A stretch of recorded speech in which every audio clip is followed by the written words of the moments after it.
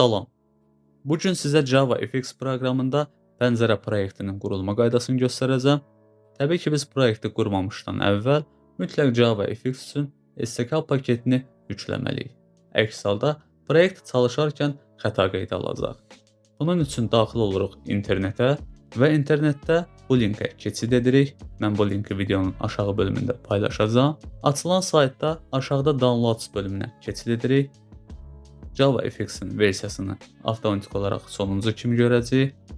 Əməliyyat sistemini və işlətmə aralığını seçirik.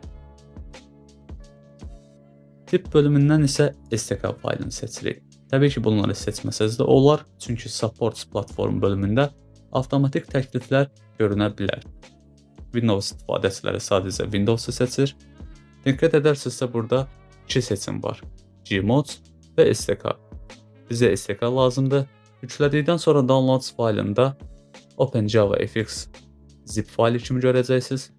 Zip faylın üzərində sağ düyməni klik edib Export bölümünü seçirsiniz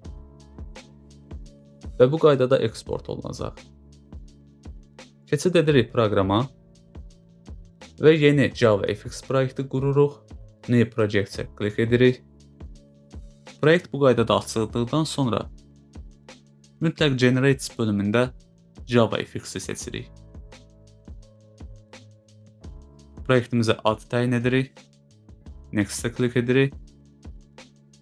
Əlavə kitabxana bölümündə hər hansı birini seçməsəz də olar. Və birbaşa Create bölümündə proyektimizi qururuq. Açılan proyektdə sol yuxarı küncdə menyuya daxil oluruq.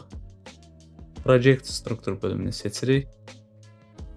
Və Libraries bölümünə klik edib, üstə gələ klik edirik. Java-nı seçib, Downloads bölümünə gəlirik. Export etdiyimiz faylı seçib, JavaFX-i açırıq və Library bölümünü seçirik. Çünki JavaFX-in bütün paketləri buradadır. Select folder'a klik edib, OK klik edirsiniz. Bu qaydada əlavə olunur və Apply bölümündə təsdiq edirsiniz. Proyektin üzərinə klik edib src faylını açırsınız. Main bölümündə Java faylını görə bilərik. Üzərinə klik etdikdən sonra qurduğumuz proyektin adını görüb üzərinə klik edirik və class faylını bu qaydada qurub proyektimizi işləyə bilərik. Class faylımıza fx pəncərə adı təyin edirik. Açılan class faylında Extend Application əmri mütləq yazılacaq. Çünki bizim başlanğıc proyektimizin strukturudur, bunu mütləq yazmalıyıq. Xətanı aradan qaldırmaq üçün paketini import edirik. Application.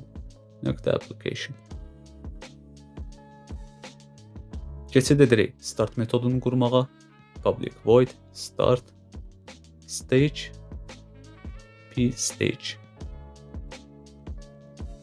Diqqət edərsinizsə burada start metodu hər hansı bir dəyişən deyil. Yəni biz buna istədiyimiz adı təyin edə bilmərik. Çünki bizim metodun mütləq adı start olmalıdır ki, quracağımız proyekt start metodunun içində avtomatik olaraq yaddaşda qalır. Stage isə pəncərəmizin strukturudur. Yəni başlanğıc təməlidir. p-stage dəyişəndir. Buna istədiyimiz adı təyin edə bilərik. Stage paketini import edirik. Import javafx.stage. Komponentlərimizi qura bilərik. p-stage.setTitle. Pəncərəmizə başlıq qururuq bu qaydada. Yeni pəncərə. Və pəncərəmizə yazı əlavə edirik. Nümunə olaraq label L bərabərdir new label JavaFX. Paketini import edirik. Screen control label. İndi isə biz əsas mövzunu qururuq.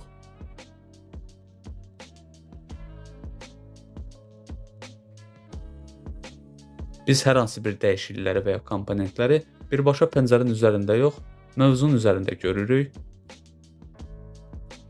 Yazımızı əlavə edirik.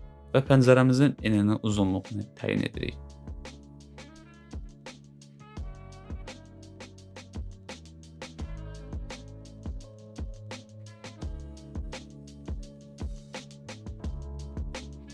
Xətanı aradan qaldırmaq üçün proyekti import edirik. javafx.c.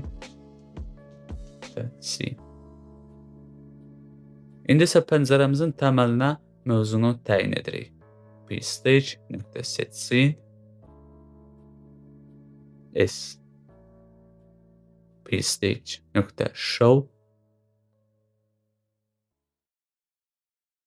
və proyektimizin çalışdırma əmrini yazırıq. Public static void main string args launch args. Diqqət edərsinizsə, launch args əmri start metoduna bağlıdır. Start metodunu hər hansı bir dəyişikliklərlə əvəz etmək qeyri-mümkündür. Çünki launch args əmri mütləq start metoduna bağlı olmalıdır. İndi isə kodumuzu çalışdırırıq.